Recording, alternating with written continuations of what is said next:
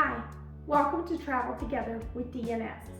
We are getting ready to take the trip of a lifetime. We're so excited that we're headed down to Africa.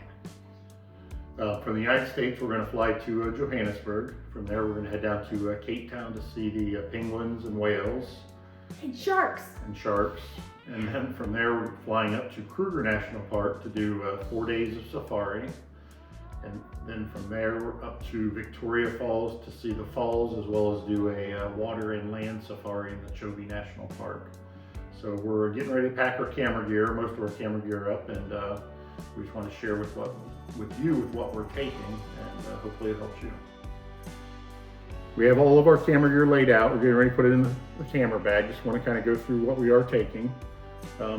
This is our DSLR camera. We also rented one from lensrental.com. We rented it, as well as a 70-200, a 24-70, and then a wide angle 16-35 millimeter lens. It was far cheaper to rent it for the couple weeks we're going to be gone than to buy them. We're going to have one camera set up with a wider angle, kind of medium range lens, and then we'll also have the second body that will be set up with a telephoto 100-400 millimeter lens to catch the animals that are in distance. Many people said we do not want to be changing due to the dustiness, changing lenses out on safari, so we thought it'd be best to keep one on one camera and one on the other camera, and just pick up the appropriate camera when needed. We're also taking a few GoPros. We're probably going to attach one to the safari vehicle itself so we can catch video as we're going down the road, and just to kind of add to the video when we come back. And then we'll have one either potentially mounted on top of the camera, so it's picking up everything we're taking photos of, or just on a stick so that we can maybe get down low off the vehicle or close up to the animals, depending how close they are to us. Okay, and then going along with all the cameras and the GoPros and such, obviously we have memory cards. We did purchase these. They're waterproof, dustproof cases. It was our choice. We have a lot of memory cards we're taking. It was our choice. We're actually going to have a memory card for each camera body, and then a memory card basically for each portion of the trip, so by day or where we're at, so that we use those as a backup. And we also have two terabyte hard drives, so we'll transfer them to our laptop that we're taking in them, but then also back them up to this, so we'll have a copy on this drive, a copy on this drive, plus the copies on the SD cards, the original SDs or micro SD cards, so we're sure we don't lose anything getting back home. And then obviously we have GoPro 10 batteries, GoPro 7 batteries, we have the DSLR camera batteries. For the large camera, we're taking 3 batteries of each. We're not sure if we'll need it, but like I said, many people said just better have a few too many than not enough and run out of charge in the middle of this safari. We are going on 4 full day safaris, so we may not have the opportunity to charge during the day. So we want to make sure we had plenty of battery for video and filming. We have a Gorilla Pod, which we may need this to wrap around something on the vehicle to put the GoPro on, as well as we have some clamp mounts, just depending on which works best. So while we're on the truck, we brought a bean bag. Everybody talked about making sure you have that as a nice resting place for your camera while we're shooting over the side of the truck. The hotels and places we're staying at are going to have rice or some beans to put in that for us, so we're not having to take that. We're bringing a monopod, which many people said works well on the truck, because a tripod will not work very well on the truck just because there's not enough room to move around. But we are bringing a tripod because we do want to try to get some star shots late at night, and hopefully, like I said, we'll find a place with very little light and we'll be able to get some good star shots and eat that for long exposure times. We have a couple microphones with directional microphones, as well as dead cats to keep the wind noise down, hopefully. And then, because of the dust, many things to make sure we keep the camera and lenses clean.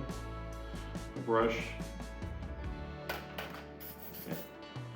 air to blow it off on. And we also have cleaning wipes. And if it gets really dirty and the sensor actually gets dirty, this is a cleaning kit for the actual sensor. But make sure you look at your camera and how that is done for your particular camera if you choose to take those. And then we also have polarizing filters. that will go on each lens.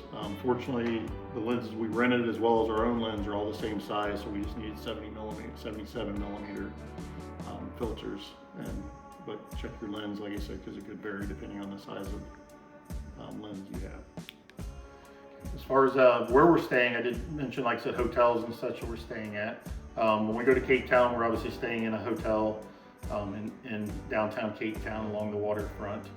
At Kruger, we're not doing one of the game lodges. We're actually staying at a Portia by Marriott that is about 2 minutes from the main gate at Kruger. So our safari guide's actually going to pick us up at the hotel every day and take us in to Kruger each day. Like I said, we're doing, like I said, 4 full-day safaris and actually 1 night safari while we're at Kruger.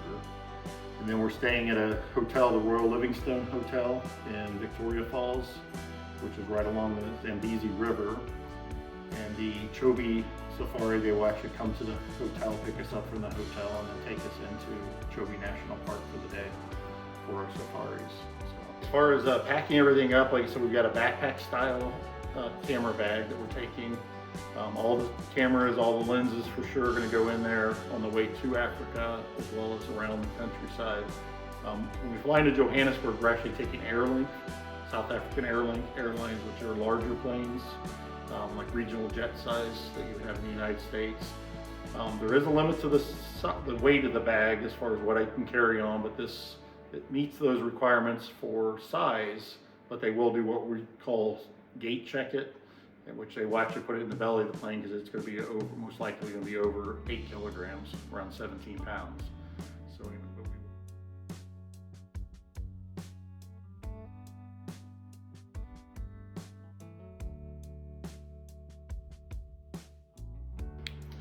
anyway, so this for the next 2 weeks or 2 weeks in Africa, I'll be hauling this around. Obviously, they talked about doing a backpack versus any kind of roller type bag, because obviously going in and out of the truck and where we're going to be moving back and forth and such, not being very convenient to pull things behind.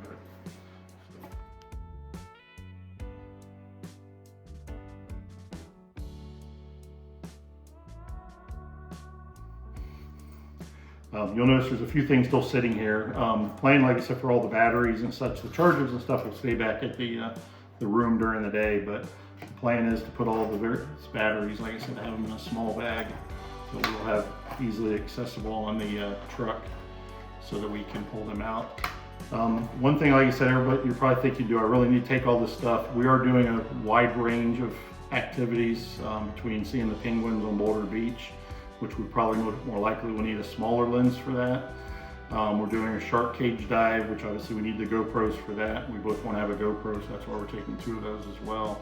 So, but you may or may not, like I said, need everything we're taking, but just like I said, plan accordingly depending on what your activities you're doing.